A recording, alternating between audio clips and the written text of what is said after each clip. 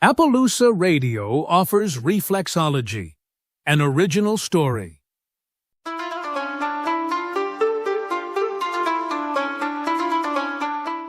The small business sat in an Austin strip mall between a pizza place and a nail salon, 3 doors down from a Japanese sushi restaurant. On its red neon sign was the single word, Reflexology. The proprietor specialized in what he called Oriental foot massages, stimulating the nerves and improving a body's health.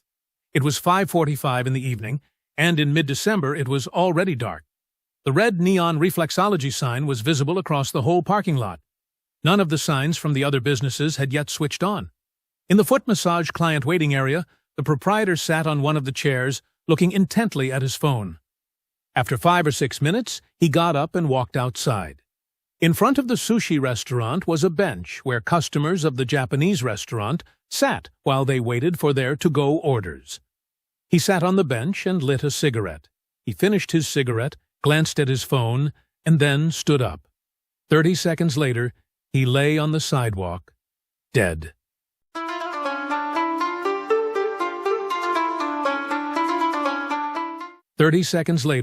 He lay on the sidewalk, dead. He fell, face down, next to the red wooden bench in front of the sushi restaurant. No one remembered hearing a shot. During his autopsy, they discovered a very small poison dart lodged in his back, shot, probably, they surmised, from some sort of air rifle. The neurotoxin had been extremely quick-acting, taking only seconds to immobilize both his heart and lungs. He was dead before his body reached the ground.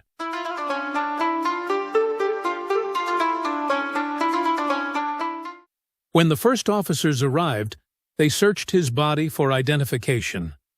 They could find none. In the reflexology business, the later arriving detectives found another cell phone, a set of car keys, a light jacket with more cigarettes in the pocket, and a manila envelope with $2,800 in it. However, they found no personal identification. The car keys fit a blue 1999 Honda Civic parked in the parking lot directly across from the foot massage business. The car had no registration papers, but the detectives did find a single Visa credit card inside the Honda's glove box. The name on the card was Richard S. Kopp.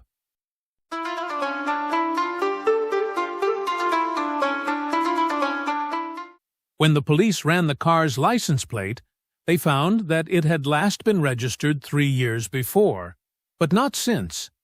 The owner then had been Richard Stephen Kopp, Jr., whose address in Dallas was in student housing at Southern Methodist University. When the officers contacted the university, they discovered that Richard Stephen Kopp, Jr. had graduated from the university 2 years ago and was now living and working in Florida. Officers spoke with him on the phone and learned that the blue Honda had been sold 3 years earlier to an individual who paid in cash. When the officers followed up on the credit card found in the Honda, they discovered that Richard S. Kopp, Sr., was listed as living in Houston, not Austin. When the Houston police checked, Richard S. Kopp was very much still alive and was living and working in Houston. He did not know who was now driving his son's old blue 1999 Honda Civic.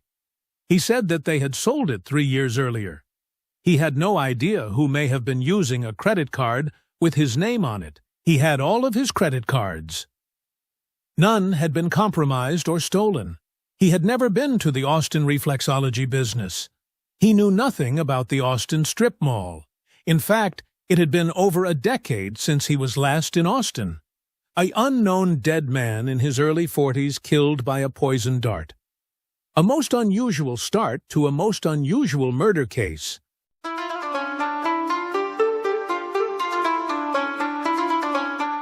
The dead man stood 5 feet 10 and weighed 168 pounds. He appeared in good shape with a well-toned body. The coroner's office listed him as of Chinese descent, most probably of the Han ethnicity. He had a round face, dark eyes, and dark, well-trimmed hair. He had undergone substantial dental treatment. His teeth were regular and well-formed, probably reshaped by wearing braces. They had recently been whitened through a professional process. He was clean-shaven and did not wear contacts. He had been wearing a golf shirt and golf pants. Their labels indicated that they had been purchased at a specialized golf shop. There was such a store at the large mall, just 4 miles from the foot massage clinic. He wore high-end Nike sneakers, and he wore no socks. His cigarettes were a well-known American brand. His cell phone was American-made, but all the characters were in Chinese. The detectives contacted the chairman of the Chinese language department at the University of Texas and asked for his assistance in translating the information on the man's cell phone.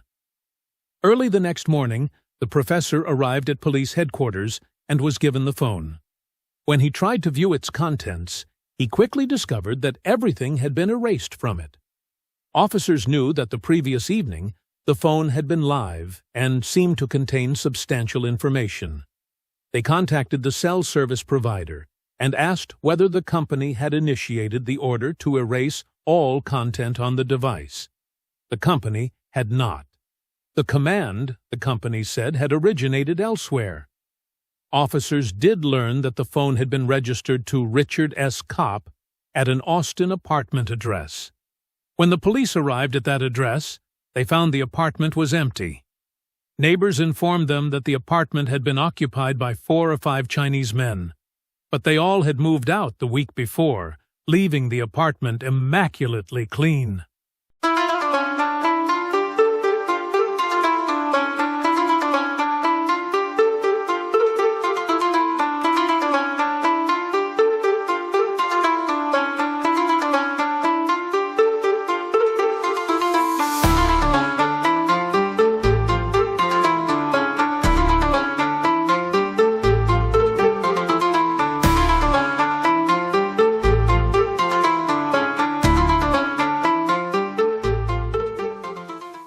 Neighbors said the Chinese men who polite and considerate neighbors. No wild parties, no problems with drugs or alcohol. They did remember seeing the blue 1999 Honda Civic in the parking lot, but were not sure which of the men drove it. A second group of detectives examined the inside of the foot massage business. They found that on the day of the murder, the business had experienced a steady stream of customers. In the appointment book, someone had written the names of customers and their phone numbers in English. The police also found that the cell phone originally found in the business was used only to receive appointments for treatment. The names and numbers found in the phone's record matched those in the appointment book.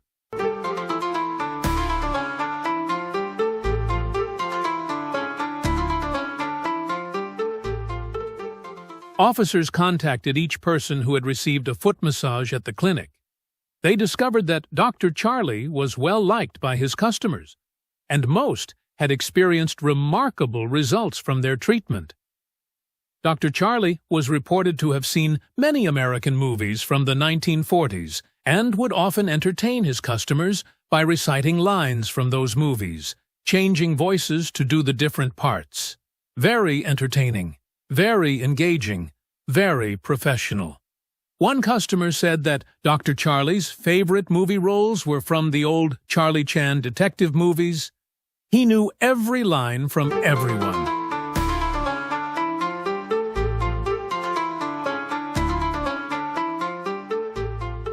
When the detectives investigated about who had rented the building for the business, they were not surprised to learn that it was rented by a Dr. Charlie Chan, who gave as his address the apartment associated with the Chinese phone's records.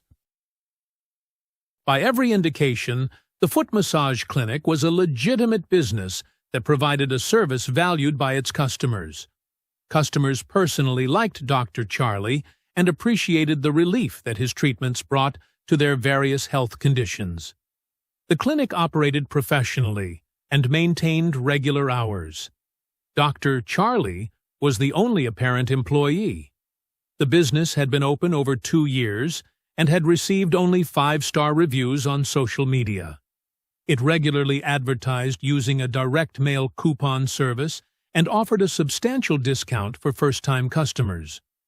On the wall was a plaque indicating membership in the local Chamber of Commerce and a business license for the city of Austin. The woman who ran the nail salon next to Dr. Chan's reflexology clinic remembered seeing him sitting in the reception area of the business looking at his phone. Then, he went out to the bench in front of the Japanese sushi restaurant and smoked a cigarette. A dead business owner killed by a poison dart after finishing a cigarette just steps from his business. An unknown person with a phony identity operating a legitimate business, living in an apartment with other men of unknown identity, driving an unregistered car, and using a credit card from a Texas man living in another city. It was time, the Austin police determined, to bring in the FBI.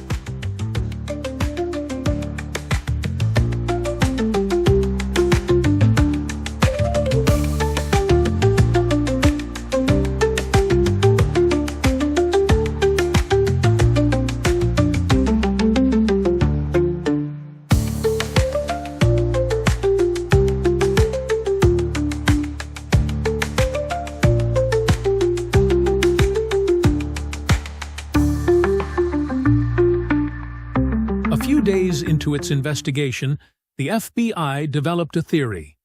They believed that Dr. Charlie Chan was a clandestine intelligence operative from China, one who had arrived in Texas under a false identity that was quickly discarded and replaced with the Reflexology clinic cover. They suspected that Richard S. Kopp, Sr., had some contact with China. They searched visa records and found that Kopp worked for an oil exploration company which had developed an interest in Chinese oil deposits. Richard S. Kopp had made 2 trips to China with his company, plenty of time to steal his identity.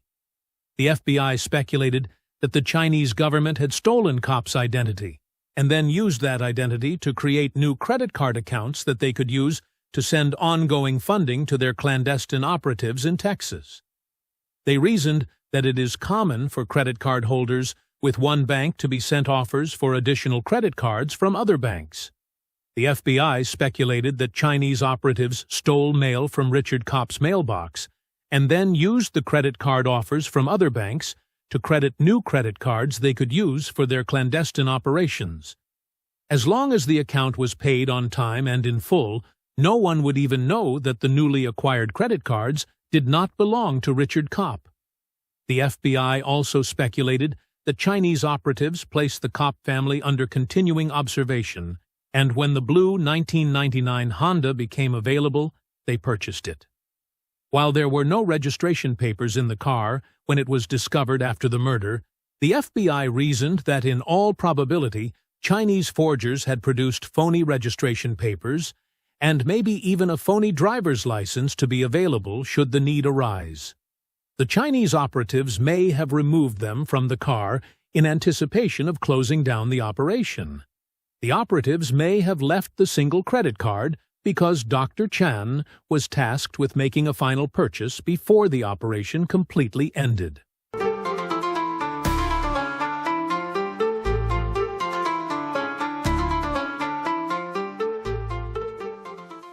Why send clandestine operatives to Austin, Texas?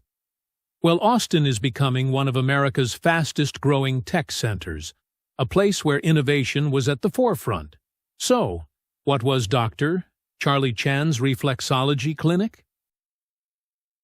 The FBI speculated that it may have served as a transition hub where stolen files were brought by various couriers before being shipped to China. A courier could easily come to the clinic for a treatment and hand Dr. Chan or another operative the stolen files. The business could also be a place where payments of various kinds were made. The cash in the manila envelope was probably a payment of some type. The reflexology clinic operated for over 2 years. Dr. Chan was well liked by a growing set of patients. Everything was going exactly as designed. Then, why was Dr. Charlie Chan killed? The FBI believes that he had become a liability to the operation. The other operatives had moved out of the apartment and had left it in immaculate condition. They had cleaned the car except for the one credit card. They were readying either for a new operation in a new place or maybe a return to China. But for some reason, some unknown reason, Dr. Charlie Chan was ordered eliminated. He had served his useful purpose.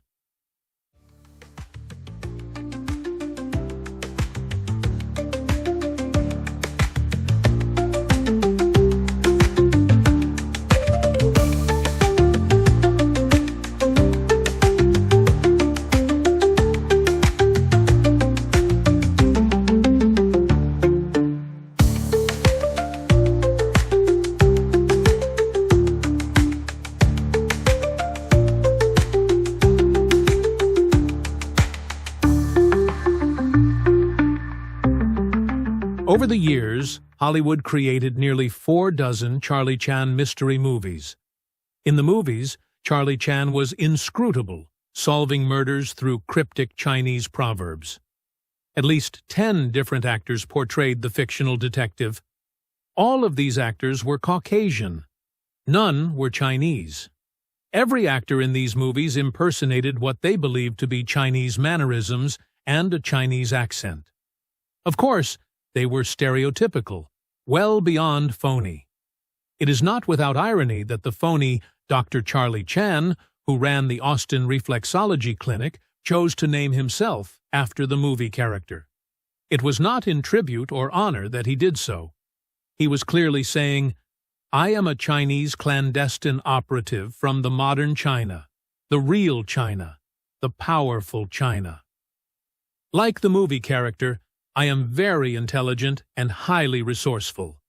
But, unlike him, I am not a benevolent bumbler, an inherently subservient sidekick, or a stereotype drawn from the age of Yellow Peril. One fact remains clear. The operation accomplished what it was sent to do.